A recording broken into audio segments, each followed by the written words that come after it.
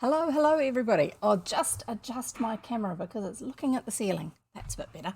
Right, where are we up to?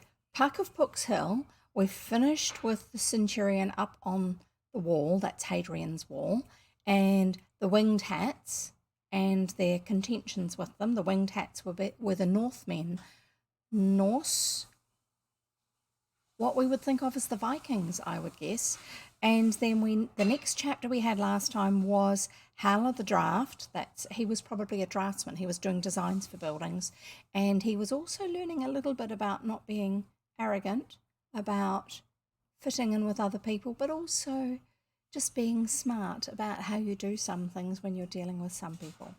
And because he had been sent to his own village to do some work there, and he learnt some pretty hard lessons, but he learnt them well from what we understand. So I think this time we're going to have more with the same character, because it seems that Rudyard Kipling gives us 2 or 3 chapters with each main character. And today is probably going to be our last reading of Puck of Pook's Hill, because we only have 2 chapters left, Dymchurch, Flit, and The Treasure and the Law. So we shall see. So if you're new here, hi, welcome. I'm Jev.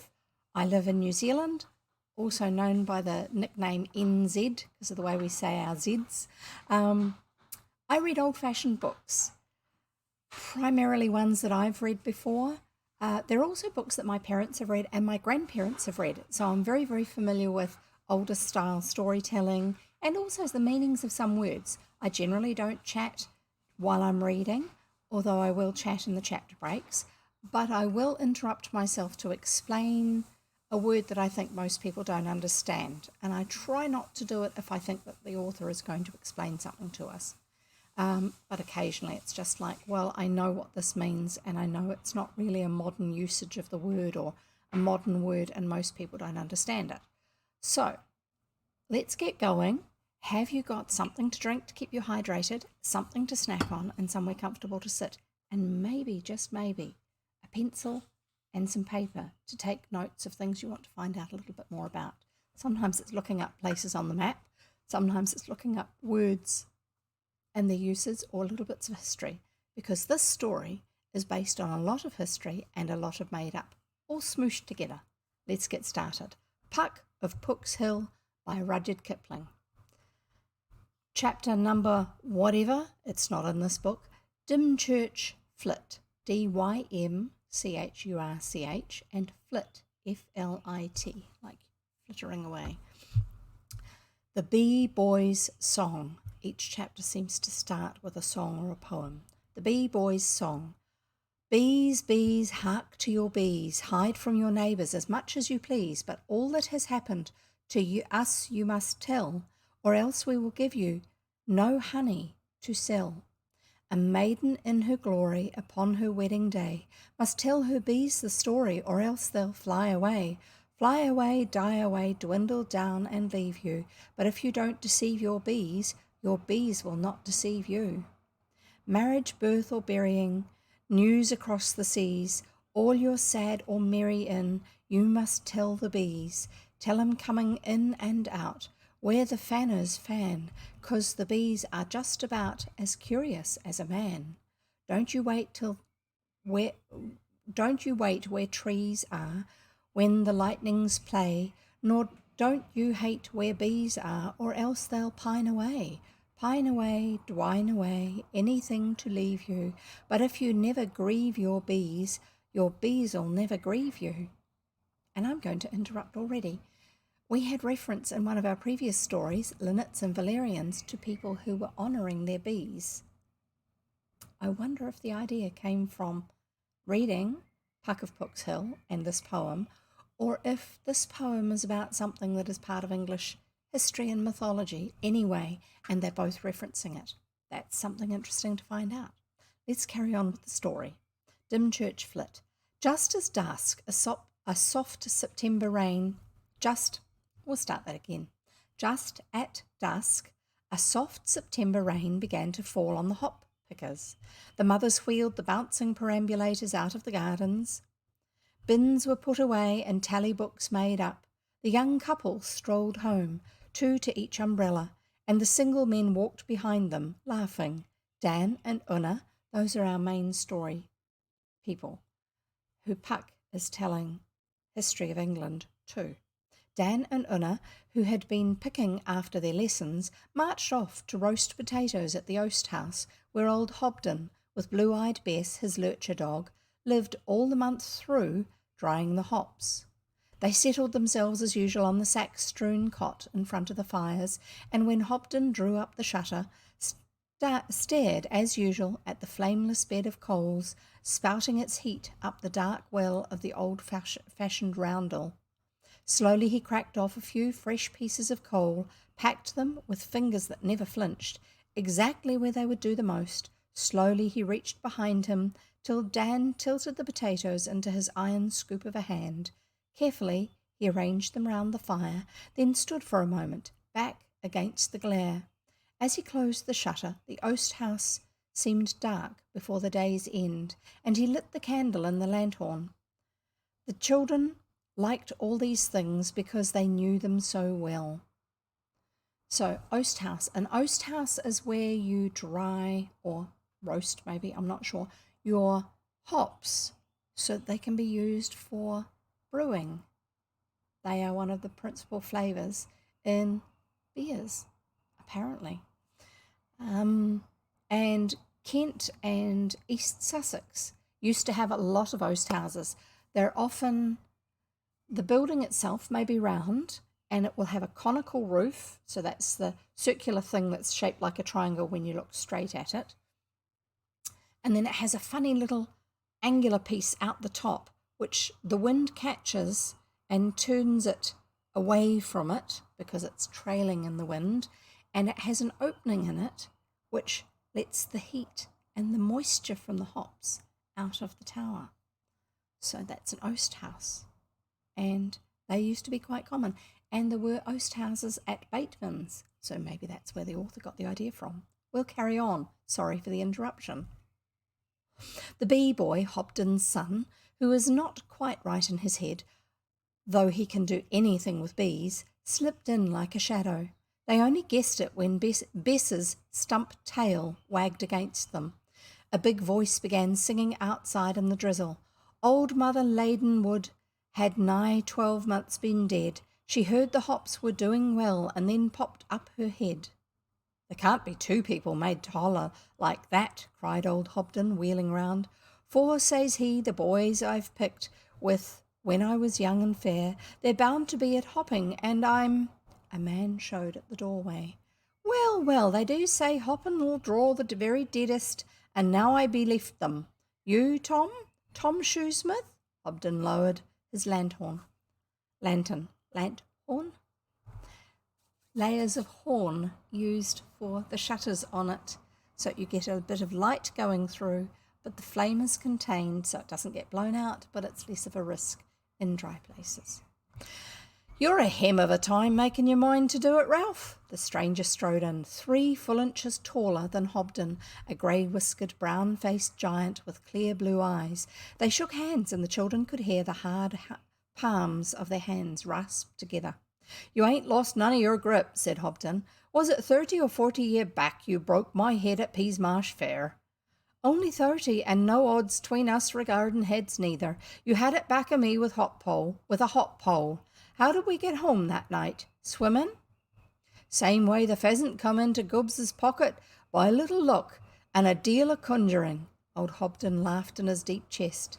See, you've not forgot your way about the woods. Do you do any of this still? The stranger pretended to look along a gun. Do you do any of this still? Aiming? Shooting? Hobden answered with a quick movement of the hand as though he were pegging down a rabbit wire. No, that's all that's left me now. Age she must as age she can. And what's your news since all these years? Oh, I've been to Plymouth, I've been to Dover, I've been rambling, boys, the wide world over. That's part of another poem or song. The man answered cheerily, I reckon I know as much of old England as most. He turned towards the children and winked boldly. I lay they've told you a sight of lies then. I've been into England for as Wiltshire once. I was cheated proper over a pair of hedging gloves, said Hobden. There's fancy talking everywhere. You've cleaved to your own parts pretty middlin' close, Ralph. Can't shift an old tree thout it dying, Hobden chuckled, and I be no more anxious to die than you look to be to help me with my hops tonight. So Hobden's saying, you can't shift an old tree without killing it, which is why he hasn't moved, because he doesn't want to die. The great man leaned against the brickwork of the roundel and swung his arms abroad. Hire me, was all he said, and they stumped upstairs laughing. The children heard their shovels rasp on the cloth, where the yellow hops lie drying above the fires, and all the oast house filled with the sweet, sleepy smell as they were turned. Who is it? Una whispered to the bee-boy. Dunno no more'n you, if you dunno, said he, and smiled. The voices on the drying floor talked and chuckled together, and the heavy footsteps moved back and forth. Presently, a hop pocket dropped through the press hole overhead and stiffened and fattened as they shovelled it full. So there must be a hole in the roof and the floor up above where they fasten a sack to it and then they fill it up with the dried hops. There you go. Clank went the press and rammed the loose stuff into tight cake. Gentle, they heard Hobden cry. You'll bust her crop if you lay her on so. You be as careless as Gleeson's bull, Tom. Come and sit by the fires. She'll do now. They came down, and as Hobden opened the shutter to see if the potatoes were done, Tom Shoesmith said to the children, Put a plenty salt on 'em. That'll show you the sort of man I be. Again he winked, and again the bee-boy laughed, and Una stared at Dan. I know what sort of man you be, old Hobden. I know what sort of man you be, old Hobden grunted, groping for the potatoes round the fire. Do ye? Tom went on behind his back. Some of us can't abide horseshoes or church bells or running water. And talking of running water, he turned to Hobden, who was backing out of the roundel. Do you mind the great floods at Robertsbridge when the miller's man was drowned in the street? Middlin' well, old Hobden let himself down on the coals by the fire door. I was courting my woman on the marsh that year. Carter to Mus Plum, I was getting 10 shillings a week. Carter running a cart for Master Plum. 10 shillings a week. Mine was a marsh woman. Wonderful odd gates place, Romney Marsh, said Tom Shoesmith. I've heard say the world's divided into Europe, Asia, Africa, America, Australia, and Romney Marsh.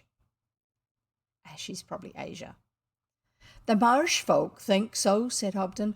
I had a hem of trouble to get my woman to leave it. Where did she come out of? I've forgot. Ralph. Dymchurch under the wall, Hobden answered, a potato in his hand. Then she'd be a pet, or a Whitgift, would she? Whitgift, said Hobden, breaking open the potato, and he ate it with the curious neatness of men who make most of their meals in the blowing open. You don't want to lose your food, so you eat it in a way that you don't lose pieces falling off, because you haven't got a plate to catch it, and you would lose the eating of it if you don't eat it carefully. Whitgift, Hobden broke over. I've done that bit. She growed to be quite reasonable, like after living in the Weald a while, but our first 20 year or two she was odd-fashioned, no bounds, and she was a wonderful hand with bees. He cut away a little piece of potato and threw it out to the door. I've heard say the Whitgifts could see further through a millstone than most, said Shoesmith. Did she now? She was an honest innocent of any nigromancing, said Hobden. Only she'd read signs and significations out of birds flying, stars falling, bees hiving and such, and she'd lie awake listening for calls, she said. That don't prove naught, said Tom. All marsh folk has been smugglers since time everlasting. 'Twould be in her blood to listen out o' nights. Naturally, old Hobden replied, smiling. I mind when there was smuggling a sight nearer us than what the marsh would be. But that wasn't my woman's trouble. 'Twas a passel o' nonsense talk, he dropped his voice, about Pharisees. Yes, I've heard marshmen believed in them. Tom looked straight at the wide-eyed children beside Bess. Pharisees? Cried Anna. Fairies? Oh, I see. People of the hills, said the bee-boy, throwing half of his potato towards the door. There you be, said Hobden, pointing at him. My boy, he has her eyes and her outgate sense. That's what she called him. And what did you think of it all? Hobden rumbled. A man that uses fields and shawls after dark as much as I've done, he don't go out of his road set for keepers. But setting that aside, said Tom coaxingly, I saw ye throw the good piece out at doors just now. Do you believe, or do ye? There was a great black eye to that tater, said Hobden indignantly. My little eye didn't see un then. It looked as if you meant it for any one that might need it. But setting that aside, do you believe, or do ye? I ain't saying nothing because I've heard naught, and I seen naught. But if you was to say there was more things after dark in the shoals than men or fur or feather or fin, I dunno as I'd go far about calling you a liar. Now turn again, Tom. What's yours say? I'm like you, I say nothing, but I'll tell you a pet tale and you can fit it as how you please. Passel o' nonsense stuff, growled Hobden, but he filled his pipe. The Marshmen, they call it the Dymchurch flit, Tom went on slowly. Hap you have heard of it? My woman Shiv told me scores of times. Dunno as I didn't end by believin' it sometimes. Hobden crossed over as he spoke and sucked with his pipe at the yellow lanthorn flame. Tom rested one great elbow on one great knee, where he sat among the coal. This is the stuff that's stacked for fueling the fire, obviously. Have you ever been in the marsh? He said to Dan. Only as far as Rye once, Dan answered. Ah, but that's the edge. Back behind of her, there's steeples settin' beside churches and wise women settin' beside their doors, and the sea settin' above the land, and ducks herdin' wild in the dikes. He meant the ditches. The marsh is just about riddled with dikes and sluices, and tide gates and waterlets. You can hear 'em bubblin' and grummelin' when the tide works in 'em, and then you hear the sea ragin' left and right-handed all up along the wall. That's why the sea is above the land that he mentioned. You've seen how flat she is, the marsh. You'd think nothing easier than to walk eend on across her. Ah, but the dikes and the waterlets, they twists the roads about as ravelly as witch yarn on the spindles, so you get all turned round in broad daylight. That's because they've drained the waters into the dikes, said Hobden. When I courted my woman, the rushes was green. Me, the rushes was green, and the bailiff o' the marshes, he rode up and down as free as the fog. Who was he? Said Dan. Why, the marsh, fever and ague.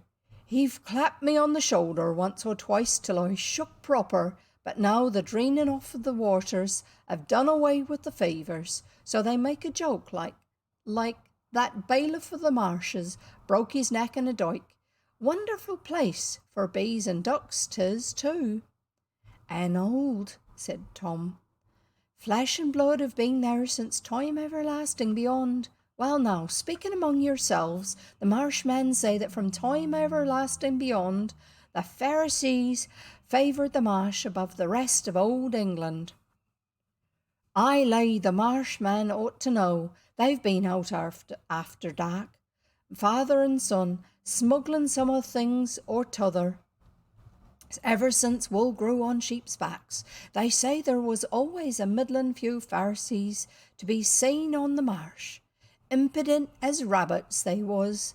They'd dance on the naked roads in the naked daytime. They'd flash their little green lights along the dykes, coming and going like honest smugglers. Yes, and times they'd lock the church doors against parson and clerk of Sundays. That'd be smugglers, laying in the lace or the brandy till they could run it out of the marsh. I've told my woman so, said Hobden. I'll lay she didn't belift it then, not if she was a Whitgift.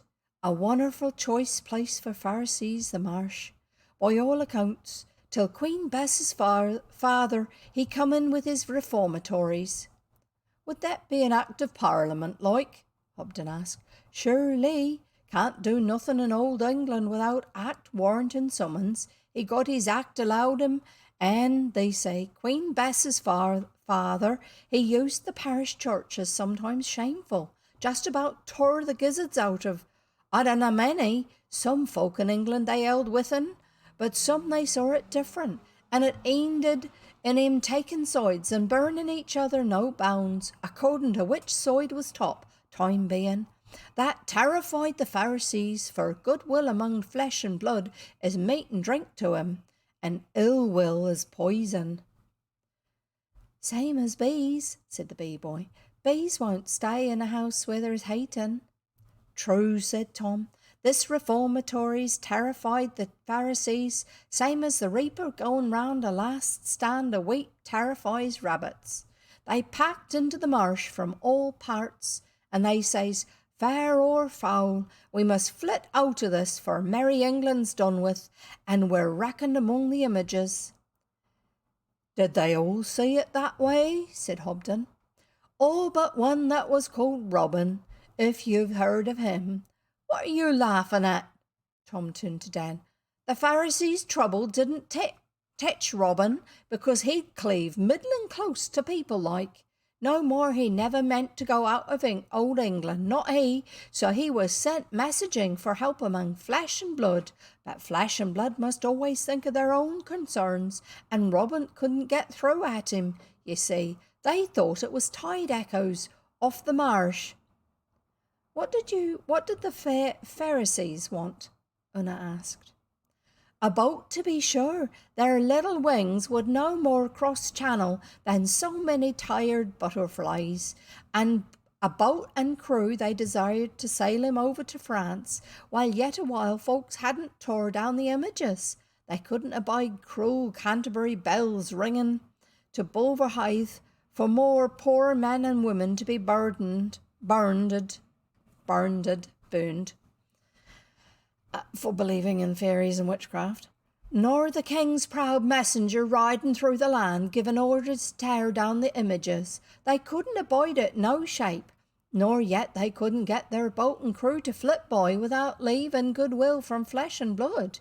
And flesh and blood came and went about its own business the while the marshes was swarving up with Pharisees from all England over, striving all means to get through at flesh and blood to tell 'em their sore need. I don't know that you've ever heard say Pharisees are like chickens. My woman used to say that too, said Hobden, folding his brown arms. They be. You run too many chickens together, and the ground sickens, like and you get a squat and your chickens die. Same way you crowd Pharisees all in one place, they don't die, but flesh and blood walking among him is apt to sick up and pine off. They don't mean it, and flesh and blood don't know it, but that's the truth, as I've heard. But the Pharisees thought being all stenched up and frightened and trying to come through with their supplications, they naturally changed the thin airs and humours and flesh and blood. It lay on the marsh like thunder. Men saw their churches ablaze with the wildfire and the fire in the windows after dark. They saw their cattle scattering and no men scaring, their sheep flocking and no men driving, their horses lathering and no men leading. They saw the little low green lights more than ever in the dyke sides. They heard the little feet pattering more than ever round the houses, and night and day and night, 'twas all as though they were being creeped up on and hinted at by some one or other, that couldn't rightly shape their trouble. Oh, I lay they sweated, man and maid, woman and child.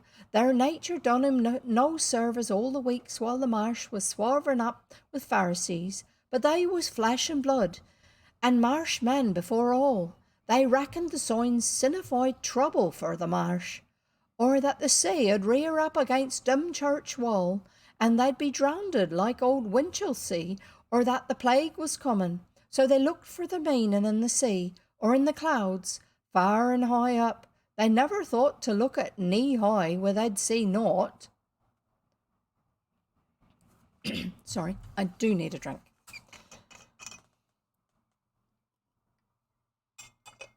And I know I'm murdering the accent because I think this is way more Somerset or something like that. Or it may be Yorkshire, I don't know. It's definitely not the Romney Marsh. But we'll see. We'll carry on. Just pretend that's the way it is. That's the way my mind reads it when you see the way some of these words are written. Doesn't matter. Let your imagination take flight. Now there was a poor widow at Dymchurch under the wall, which lacking man or property, she had the more time for feeling, and she come to feel there was a trouble outside her doorstep, bigger and heavier than aught she'd ever carried over it. She had 2 sons, one born blind, and t'other struck dumb through falling off the wall when he was little. This wall is the sea wall that stops the sea coming in at Dymchurch. I don't know if it's still there, but that's the wall they're talking about. So she's quite close.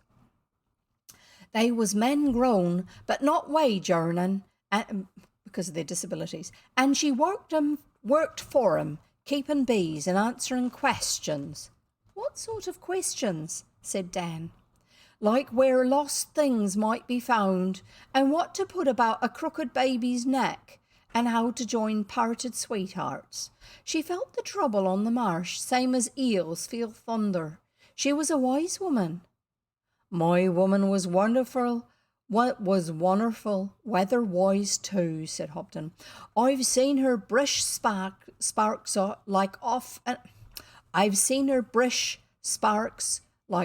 an anvil out of her hair in thunderstorms, but she never laid out to answer questions. This woman was a seeker, and like seekers they sometimes find.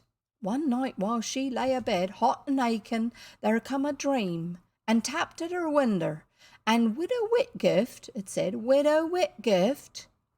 First by the wings and the whistling, she thought it was peewits. They're a type of seabird, shorebird. But last she arose and dressed herself and opened her door to the marsh, and she felt the trouble and the groaning all about her, strong as fever and ague, and she calls, What is it? Oh, what is it?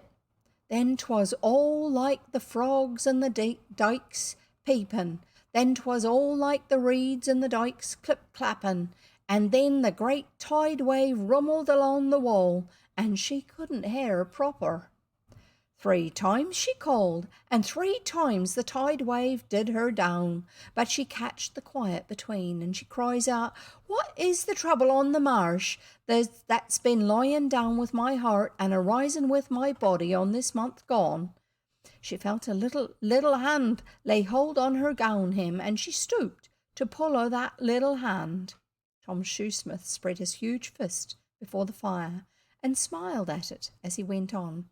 Will the sea drown the marsh? She says. She was a marsh woman, first and foremost. No, says the little voice, sleep sound for all o' that. Is the plague coming to the marsh? She says.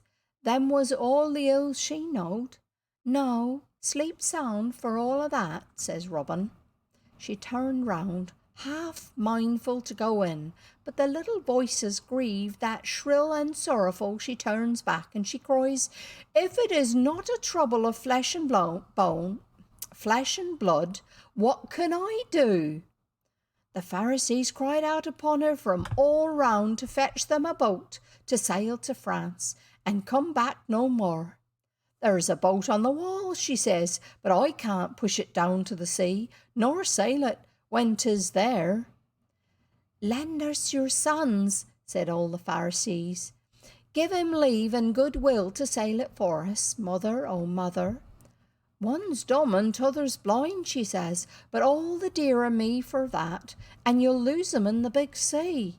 The voices just about pierced through her, and there was children's voices too. She stood out all she could, but she couldn't rightly stand against that. So she says, if you can draw my sons for your job, I'd not hinder 'em. You can't ask no more of a mother. She saw them little green lights dance and cross till she was dizzy. She heard them little feet pattering about by the thousand. She heard cruel Canterbury bells ringing to Bulverhythe, and she heard the great tide wave ranging along the wall.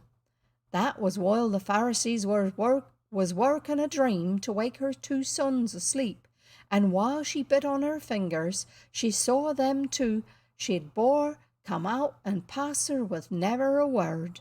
She followed him, crying pitifully, to the old boat on the wall, and that they took and runned down to the sea. When they'd stepped mast and sail, the blind son speaks, Mother, we're waiting your leave and goodwill to take them over. Tom Shoesmith threw back his head and half shut his eyes.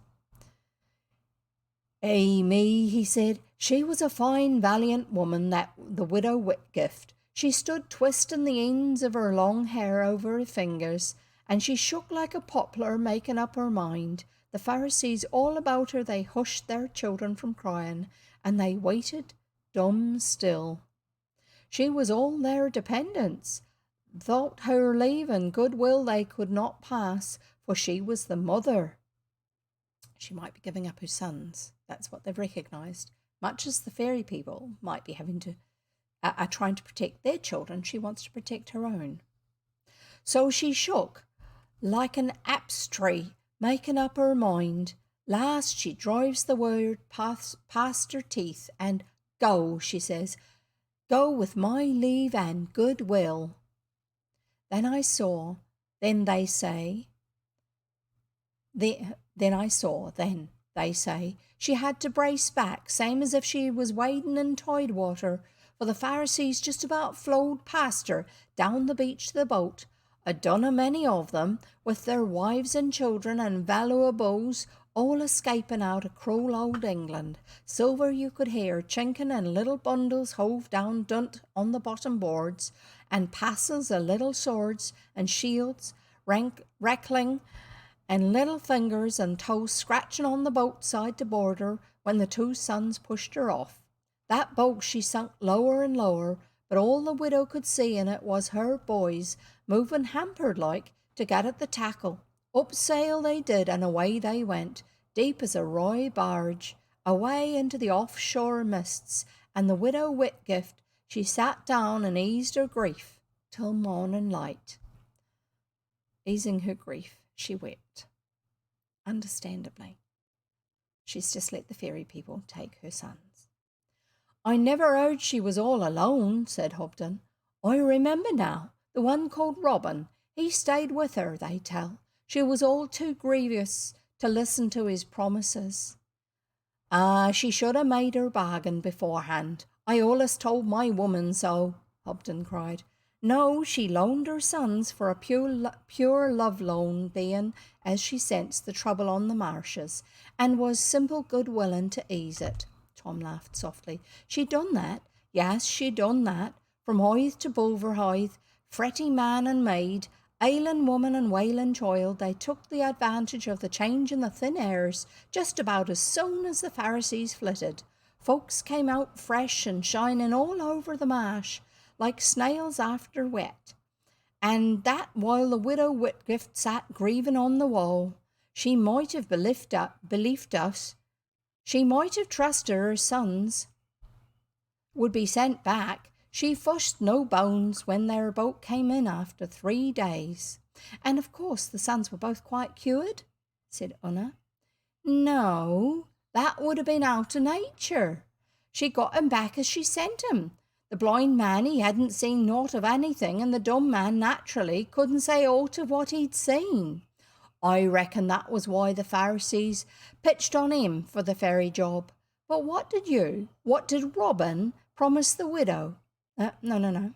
But what did Robin promise the widow? Said Dan. What did he promise now? Tom pretended to think. Wasn't your woman a wit gift, Ralph? Didn't she ever say? She told me a passel of nonsense stuff when he was born. Hobden pointed at his son. There was always to be one of him that could see further into a millstone than most. Me, that's me, said the bee boy so suddenly that they all laughed. I've got it now, cried Tom, slapping his knee. So long as Whitgift blood lasted, Robin promised there'd allus be one of her stock that no trouble 'ud lie on, no maid 'ud sigh on, no night could frighten, no fright could harm, no harm could make sin, and no woman could make a fool of. Well, ain't that just me? Said the bee boy, where he sat in the silver square of the great September moon that was staring into the oast house door. They was the exact words she told me. Hang on, I'm just seeing who said that. They was the exact words she told me when we first found he weren't like the others, but it beats me how you known him, said Hobden. Ah, there's more under my hat besides there. Tom laughed and stretched himself. When I've seen these two young folk home, we'll make a night of old days. Ralph, with passing old tales, eh? And where might you live? He said gravely to Dan. And do you think your par'd give me a drink for taking you there, missy? They giggled so at this that they had to run out. Tom picked them both up, set one on each broad shoulder, and tramped across the ferny pasture where the cows puffed milky puffs at them in the moonlight. It's cool enough that you get the breath clouds. Oh, Puck, I guessed you right from when you talked about the salt. How could you ever do it? Una cried, swinging along, delighted. Do what? He said, and climbed the stile by the pollarded oak. Pretend to be Tom Shoesmith, said Dan, and they ducked to avoid the two little ashes that grow by the bridge over the brook. Tom was almost running. Yes, that's my name, Master Dan, he said, hurrying over the silent, shining lawn where a rabbit sat by the big white thorn near the croquet ground. Harry you be. He strode into the old kitchen yard and slid them down as Ellen came out to ask questions. I'm helping in Master Spray's oast house, he said to her. No, I'm no foreigner. I knowed this country 'fore your mother was born.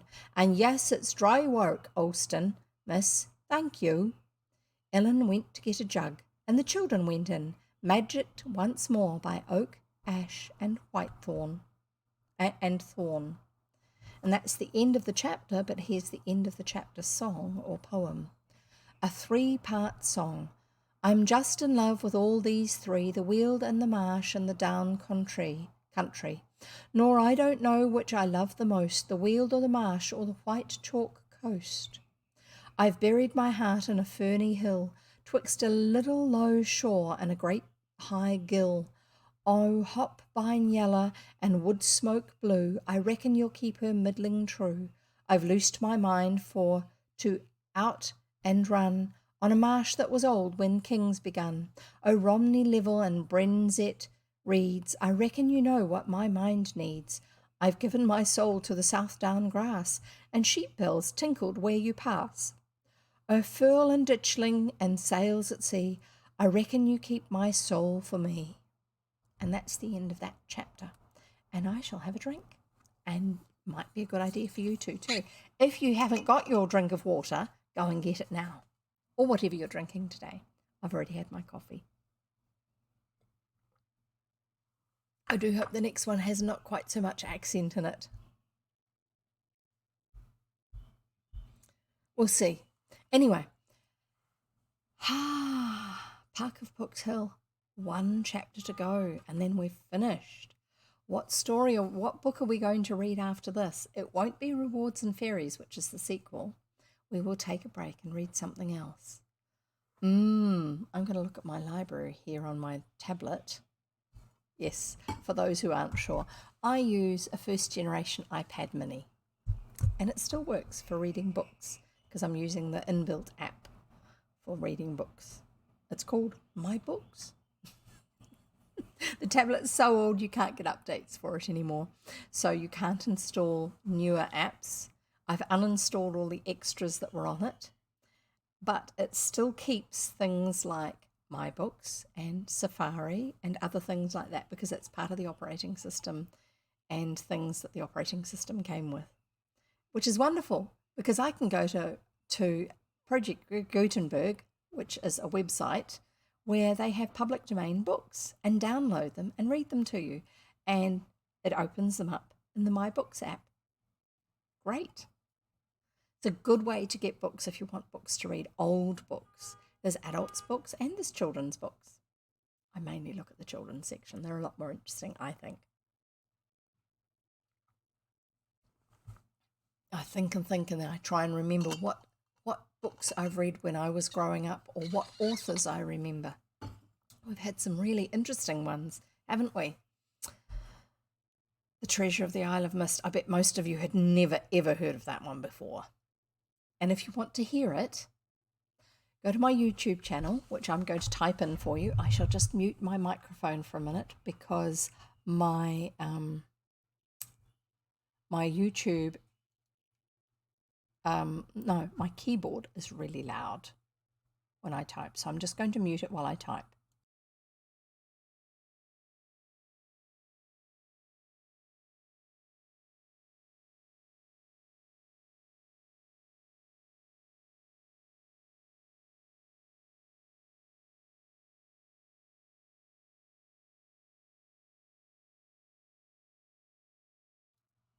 And I've also put for you the Gutenberg web address. So if you want to, you can go and look for books there. You may actually find that your local library has books that you can borrow, old books or new books. Books are good. It's worth it.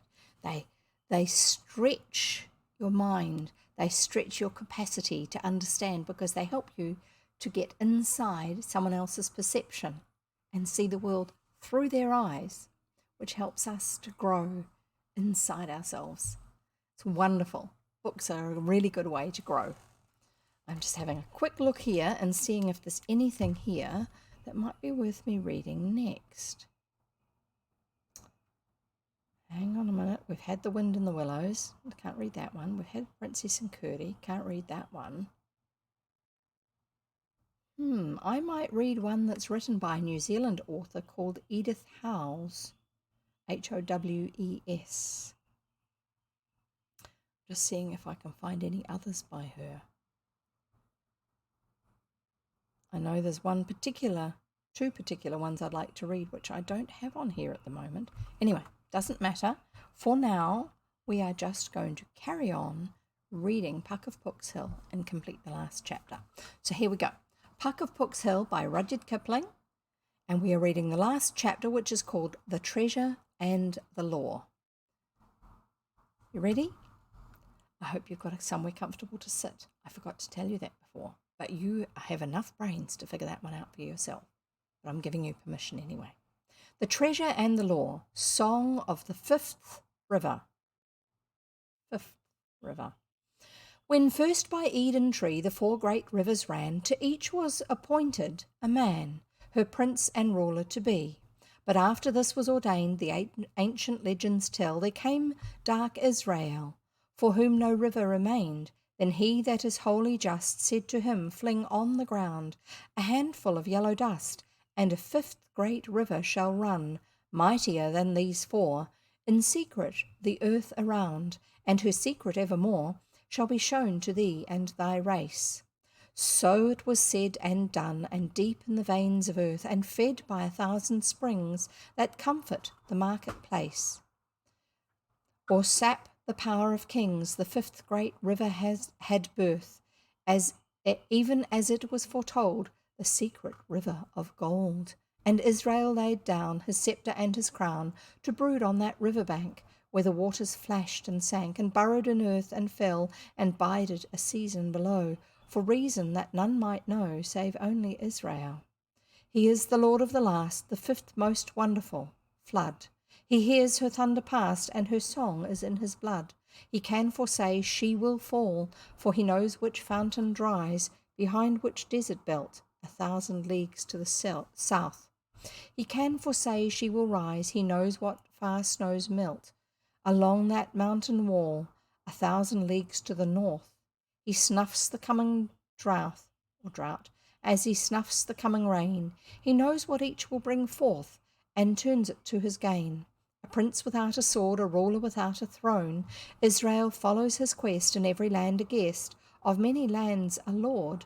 In no land king is he, but the fifth great river keeps the secret of her deeps, for Israel alone, as it was ordered to be.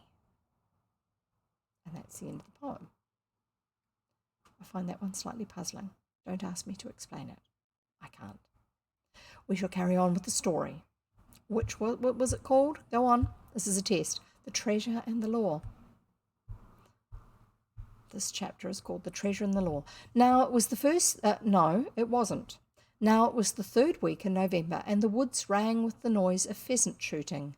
No one hunted that steep, cramped country except the village beagles, who, as often as not, escaped from their kennels and made a day of it on their own. Oops. Dan and Una found a couple of them toweling around in the kitchen garden after the laundry cat. The little brutes were only too pleased to go rabbiting, so the children ran them all along the brook pastures and into the Lindens farmyard, where the old sow vanquished them, and up to the quarry hole where they started a fox. He headed for firewood, and there they frightened out all the pheasants, who were sheltering from a big beat across the valley. Then the cruel guns began again, and they grabbed the beagles lest they should stray and get hurt. The children did.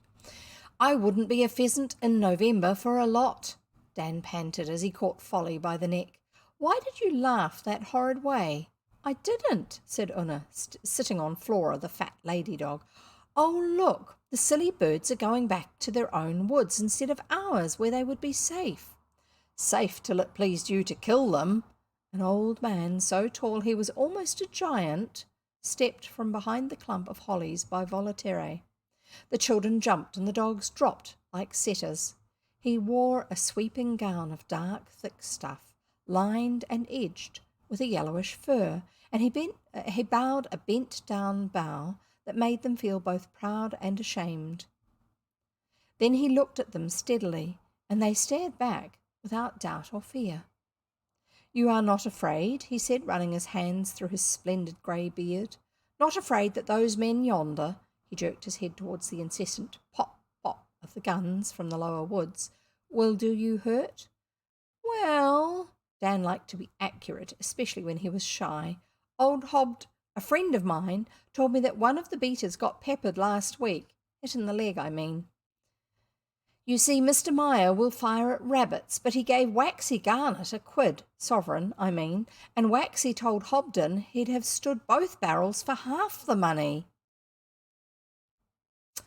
He doesn't understand, Una cried, watching the pale, troubled face. Oh, I wish... She had scarcely said it when Puck rustled out of the hollies and spoke to the man quickly in foreign words. Puck wore a long cloak, too. The afternoon was just frosting down, and it changed his appearance altogether. Nay, nay, he said at last, you did not understand the boy. A free man was a little hurt by pure mischance at the hunting. I know that mischance. What did his lord do? Laugh and ride over him? The old man sneered. It was one of your own people did the hurt, Cadmiel. Puck's eyes twinkled maliciously. So he gave the free man a piece of gold, and no more was said. Because Dan was using his words, not words that the old man would understand. A Jew drew blood from a Christian and no more was said, Cadmiel cried. Never. When did they torture him? No man may be bound or fined or slain till he has been judged by his peers, Puck insisted. There is but one law in old England for Jew or Christian, the law that was signed at Runnymede. Why, that's the Magna Charta or Magna Carta, Dan whispered. It was one of the few history dates he could remember. Cadmiel turned on him with a sweep and a whir of his spicy scented gown. Dost thou know of that, babe? He cried, and lifted his hands in wonder. Yes, said Dan firmly. Magna Carta was signed by John that Henry III put his heel upon. He's reciting, obviously, a schoolyard poem, one's meant to help you remember your schoolwork. And old Hobden says that if it hadn't been for her, he calls everything her, you know, all the keepers would have had him clapped in Lewes jail all year round. Again Puck translated to Cadmiel in the strange, solemn-sounding language, and at last Cadmiel laughed. Out of the mouths of babes do we learn, said he. But tell me now, and I will not call you a babe, but a rabbi. A rabbi was a teacher or a wise man. Why did the king sign the roll of the new law at Runnymede? For he was a king. Dan looked sideways at his sister. It was her turn. Because he jolly well had to, said Una softly. The barons made him. Nay, Cadmiel answered, shaking his head. You Christians always forget that gold does more than the sword. Our good king signed because he could not borrow more money from us bad Jews. He curved his shoulders as he spoke. A king without gold is a snake with a broken back, and his nose sneered up and his eyebrows frowned down. It is a good deed to break a snake's back. That was my work, he cried triumphantly to Puck. Spirit of earth, bear witness that that was my work. He shot up to his full towering height, and his words rang like a trumpet. He had a voice that changed its tone, almost as an opal changes colour, sometimes deep and thundery, sometimes thin and warily, but it always made you listen. Many people can bear witness to that, Puck answered. Tell these babes how it was done. Remember, master, they do not know doubt or fear. So I saw in their faces when we met, said Cadmiel. Yet surely they are taught to spit upon Jews. Are they? Said Dan, much interested. Where at? Puck fell back a pace, laughing. Cadmiel is thinking of King John's reign, he explained. His people were badly treated then. Oh, we know that, they answered, and it was very rude of them, but they could not help it. They stared straight at Cadmiel's mouth to see if his teeth were all there. It stuck in their lesson memory that King John used to pull out Jews' teeth to make them lend him money. Cadmiel understood the look and smiled bitterly. No, your king never drew my teeth. I think perhaps I drew his. Listen, I was not born among Christians, but among Moors, in Spain, in a little white town under the mountains. Yes, the Moors are cruel, but at least their learned men dare to think. It was prophesied of me at my birth that I should be a lawgiver to a people of a strange speech and a hard language. We Jews are always looking for the prince and the lawgiver to come. Why not? My people in the town, we were very few, set me apart as a child of the prophecy, the chosen of the chosen.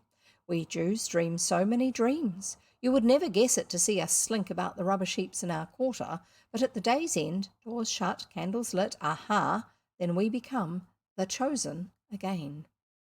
Part of their history, the way they saw themselves. He paced back and forth through the woods as he talked. The rattle of the shotguns never ceased, and the dogs whimpered a little and lay flat on the leaves. I was a prince, yes. Think of a little prince who has never known rough words in his own house, handed over to shouting, bearded rabbis who pulled his ears and filliped his nose, twisted it. All that he might learn to be king when his time came. He, such a little prince he was, one eye he kept on the stone-throwing Moorish boys, and the other roved about the streets looking for his kingdom. Yes, and he learned to cry softly when he was hunted up and down those streets. He learned to do all things without noise. Yes, when you're persecuted, you learn to not draw attention to yourself. He played beneath his father's table when the great candle was lit, and he listened as children listen to the talk of his father's friends above the table. They came across the mountains from out of all the world, for my prince's father was their counsellor. They came from behind the armies of Saladin, from Rome, from Venice, from England. They stole down our alley, they tapped secretly at our door, they took off their rags, they arrayed themselves, and they talked to my father at the wine. All over the world the heathen fought each other. They brought news of these wars, and while he played beneath the table, My prince heard these meanly dressed ones decide between themselves how and when and for how long king should draw sword against king, and people rise up against people. Why not? There can be no war without gold, and we Jews know how the earth's gold moves with the seasons and the crops and the winds, circling and looping and rising and sinking away like a river, a wonderful underground river. How should the foolish kings know that while they fight and steal and kill? The children's faces showed that they knew nothing at all as, with open eyes, they trotted and turned beside the long, striding old man. He twitched his gown over his shoulders, and a square plate of gold, studded with jewels, gleamed for an instant through the fur, like a star flying through snow. No matter, he said, but credit me, my prince saw peace or war, decided not once but many times, by the fall of a coin spun between a Jew from Bury and a Jewess from Alexandria, in his father's house, when the great candle was lit. Such power had we Jews among the Gentiles. Ah, my little prince, do you wonder that he learned quickly? Why not? He muttered to himself and went on. My trade was that of a physician. When I had learned it in Spain, I went to the east to find my kingdom. Why not? A Jew is as free as a sparrow, or a dog. He goes where he is hunted. In the east I found libraries where men dared to think, schools of medicine where they dared to learn. During the time period of King John, which is when this man was mainly active, the medicine training in England was not very good, rather barbaric. But what was done in the East, among the Arabic peoples, was actually a lot more like what we would consider to be modern surgery and things like that. And medicine improved in England when people came back from the Crusades and brought some of the skills that they had learned off their captors and neighbours in the Arabic worlds. Arabic nations. And they had great libraries. They were very learned people, not like the English had believed them to be. Anyway, I'll carry on. Schools of medicine where they dared to learn. I was diligent in my business, therefore I stood before kings. I have been a brother to princes and a companion to beggars. I have walked between the living and the dead. There was no profit in it. I did not find my kingdom. So, in the 10th year of my travels, when I reached the uttermost eastern sea, I returned to my father's house. God had wonderfully preserved my people. None had been slain, none even wounded, and only a few scourged, that's whipped. I became once more a son in my father's house. Again the great candle was lit. Again the meanly apparelled ones tapped on our door after dusk, and again I heard them weigh out peace and war, as they weighed out the gold on the table. But I was not rich, not very rich. Therefore, when those that had power and knowledge and wealth talked together, I sat in the shadow. Why not? Yet all my wanderings had shown me one sure thing, which is that a king without money is like a spear without a head. He cannot do much harm. I said, therefore, to Elias of Bury, a great one among our people, why do our people lend any more to the kings that oppress us? Because, said Elias, if we refuse, they stir up their people against us, and if the people are tenfold more cruel than the kings.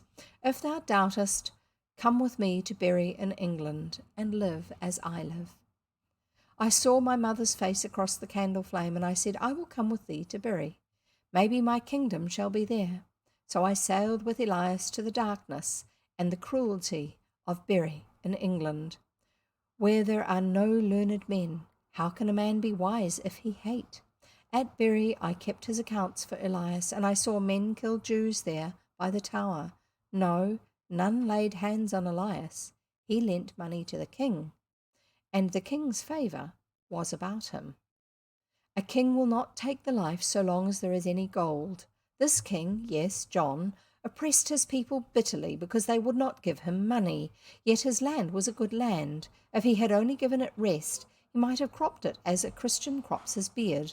But even that little he did not know, for God had deprived him of all understanding and had multiplied pestilence and famine and despair among the people. Therefore his people turned against us Jews, who are all people's dogs. Why not? Lastly, the barons and the people rose together against the king because of his cruelties. Nay, nay, the barons did not love the people, but they saw that if the king cut up and destroyed the common people, he would presently destroy the barons. They joined him as cats and pigs will join to slay a snake. I kept the accounts, and I watched all these things, for I remembered the prophecy. A great gathering of barons, to most of whom we had lent money, came to Bury, and there, after much talk and 1,000 runnings about, they made a roll of the new laws that they would force on the king. If he swore to keep those laws, they would allow him a little money. That was the king's god, money, to waste. They showed us the roll of the new laws. Why not? We had lent them money. We knew all their counsels. We Jews shivered behind our doors in Bury. He threw out his hands suddenly. We did not seek to be paid all in money. We sought power, power, power. That is our God and our captivity, power to use. I said to Elias, these new laws are good. Lend no more money to the king. So long as he has money, he will lie and slay the people. Nay, said Elias, I know this people. They are madly cruel. Better one king than 1,000 butchers. I have lent a little money to the barons, or they would torture us, but my most I will lend to the king. He hath promised me a place near him at court, where my wife and I shall be safe. But if the king be made to keep these new laws, I said, the land will have peace, and our trade will grow. If we lend, he will fight again. Who made thee a lawgiver in England? Said Elias. I know this people. Let the dogs tear one another. I will lend the king 10,000 pieces of gold, and he can fight the barons at his pleasure. There are not 2,000 pieces of gold in all England this summer, I said, for I kept the accounts, and I knew how the earth's gold moved, that wonderful underground river. Elias barred home the windows, and his hands about his mouth, he told me how, when he was trading with small wares in a French ship, he had come to the castle of Pevensey. Oh, said Dan, Pevensey, again, and looked at Una, who nodded and skipped. There, after they had scattered his pack up and down the great hall, some young knights carried him to an upper room and dropped him into a well in a wall that rose and fell with the tide. They called him Joseph, and threw torches at his wet head. Why not? Why, of course, cried Dan. Didn't you know it was... Puck held up his hand to stop him, and Cadmiel, who never noticed, went on. When the tide dropped, he thought he stood on old armour, but feeling with his toes, he raked up bar on bar of soft gold. Some wicked treasure of the old ways put away, and the secret cut off by the sword. I have heard the like before. So have we, Una whispered, but it wasn't wicked a bit. Elias took a little of the stuff with him, and thrice yearly he would return to Pevensey as a chapman, selling at no price or profit, till they suffered him to sleep in the empty room, where he would plumb and grope and steal away a few bars. The great store of it still remained, and by long brooding he had come to look on it as his own. Yet when we thought how we should lift and convey it, we saw no way. This was before the word of the Lord had come to me. A walled fortress possessed by Normans in the midst of a 40-foot tide well, out of which to remove secretly many horse loads of gold. Hopeless, so Elias wept. Ada, his wife, wept too. She had hoped to stand beside the Queen's Christian tiring maids at court, when the king should give them that place at court which he had promised. Why not? She was born in England, an odious woman.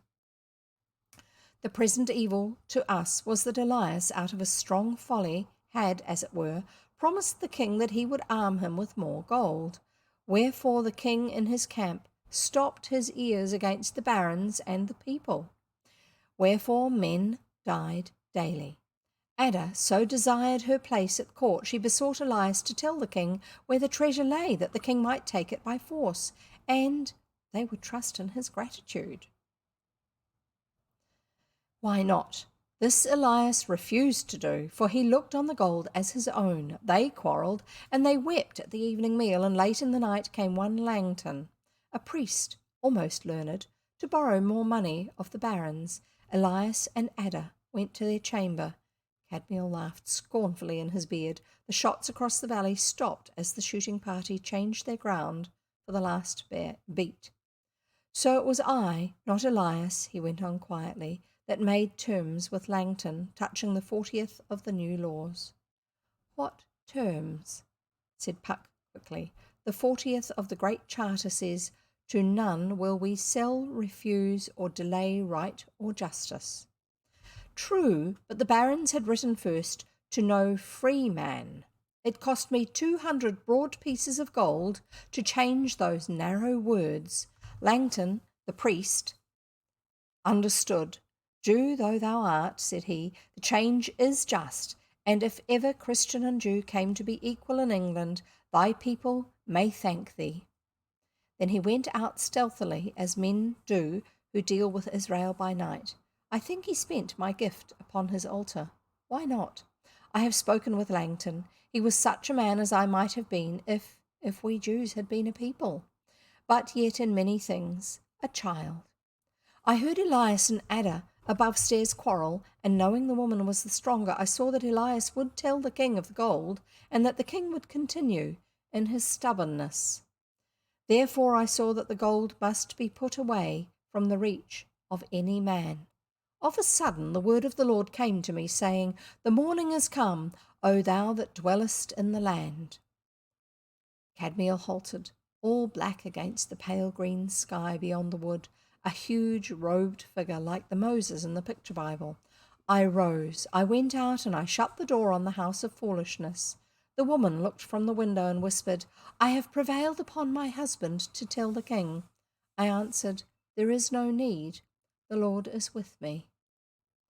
In that hour the Lord gave me full understanding of all that I must do, and his hand covered me in my ways. First I went to London to a physician of our people, who sold me certain drugs that I needed. You shall see why.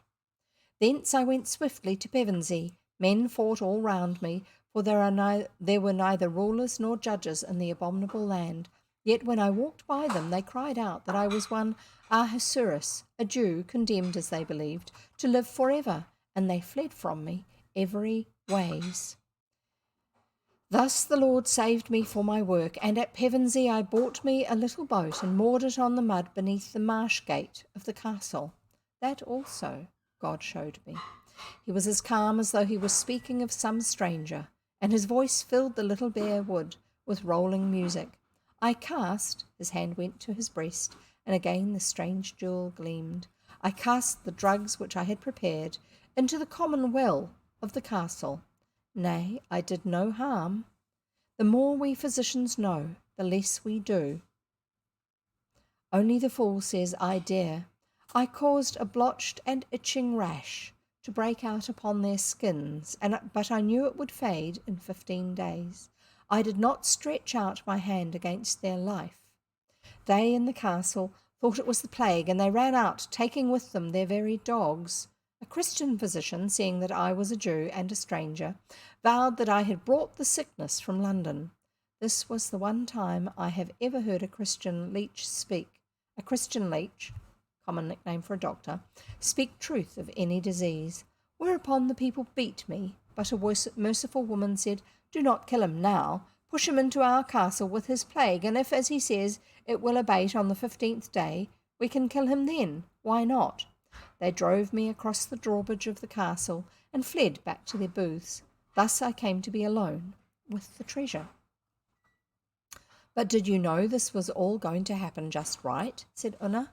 My prophecy was that I should be a lawgiver to a people of a strange land and a hard speech. I knew I should not die. I washed my cuts.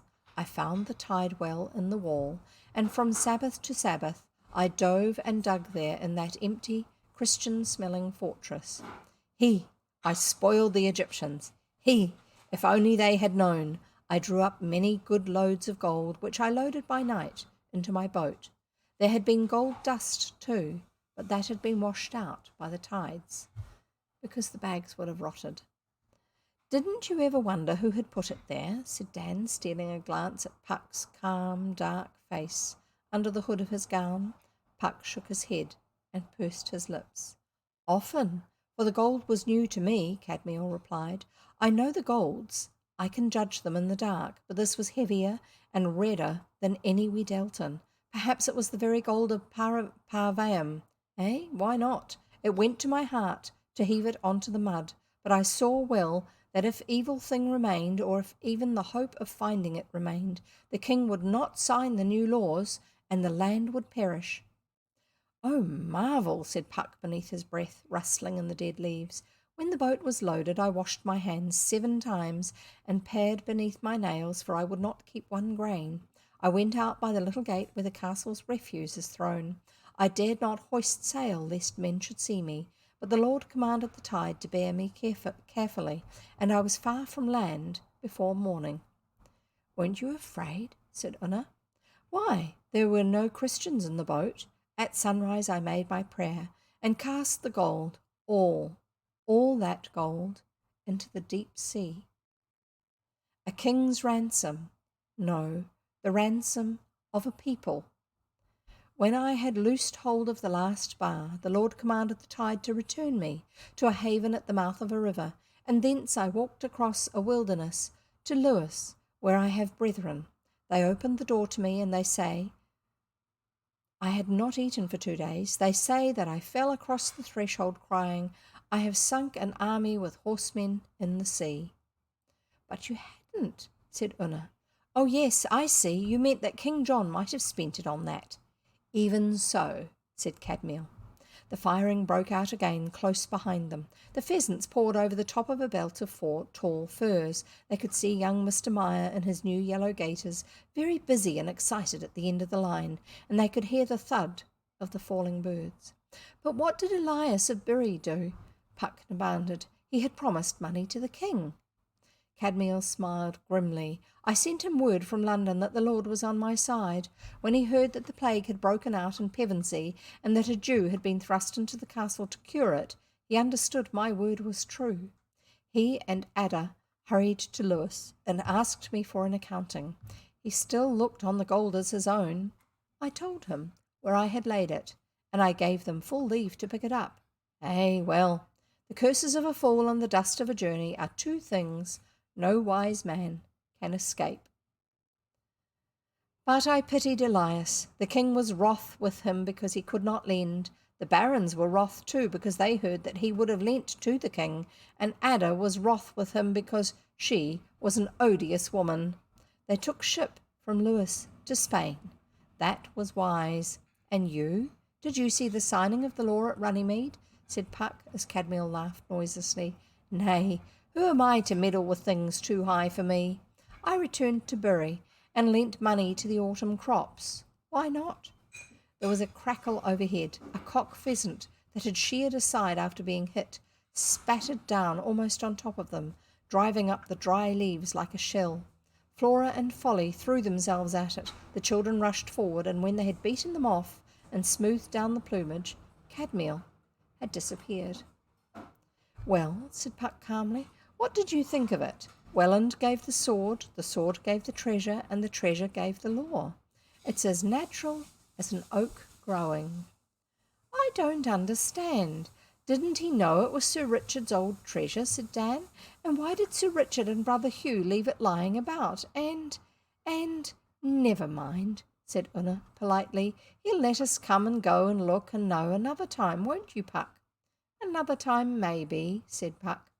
"Brr, it's cold and late. I'll race you toward home." They hurried down into the sheltered valley. The sun had almost sunk behind Cherry Clack.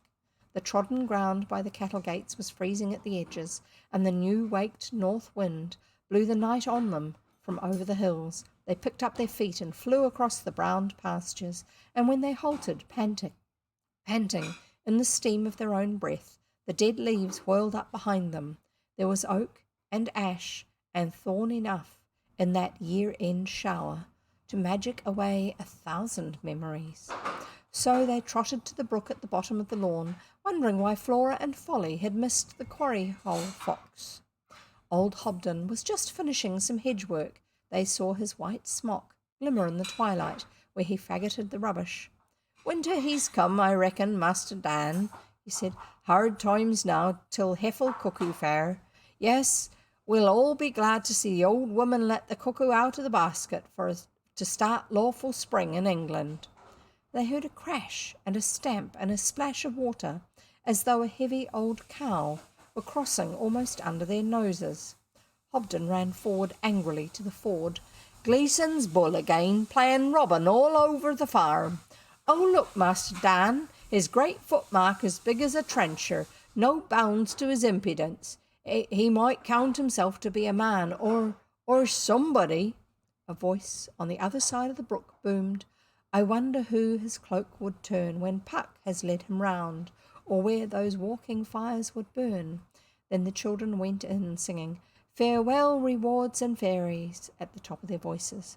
They had forgotten that they had not even said good night to Puck.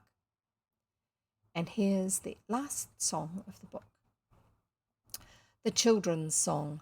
Land of our birth, we pledge to thee our love and toil in the years to be, when we are grown and take our place as men and women with our race.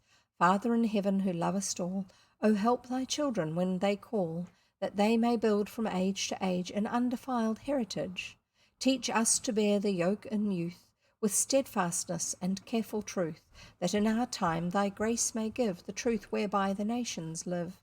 Teach us to rule ourselves alway, controlled and cleanly night and day, that we may bring, if need arise, no maimed or worthless sacrifice.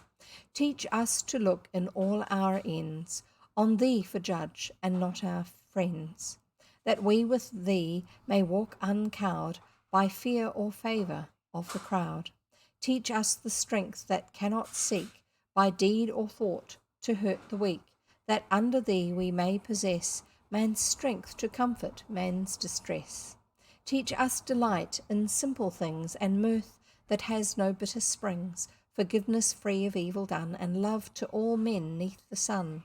Land of our birth, our faith, our pride, for whose dear sake our fathers died. O motherland, we pledge to thee, head, heart and hand, through the years to be. And that's the end of Puck of Pook's Hill. I hope you've enjoyed it. You can go and do some research online and see if you can find out a little bit more about the stories that they heard. Some of them, I think, are based out of English mythology, and some of them, I think, are based out of English history. There you go. Don't forget, drink lots of water. Look for the fun in your day-to-day living. Look for happiness, look for joy, and look for peace, and see if you can share them with other people. Good to have you here, and we'll see you next time.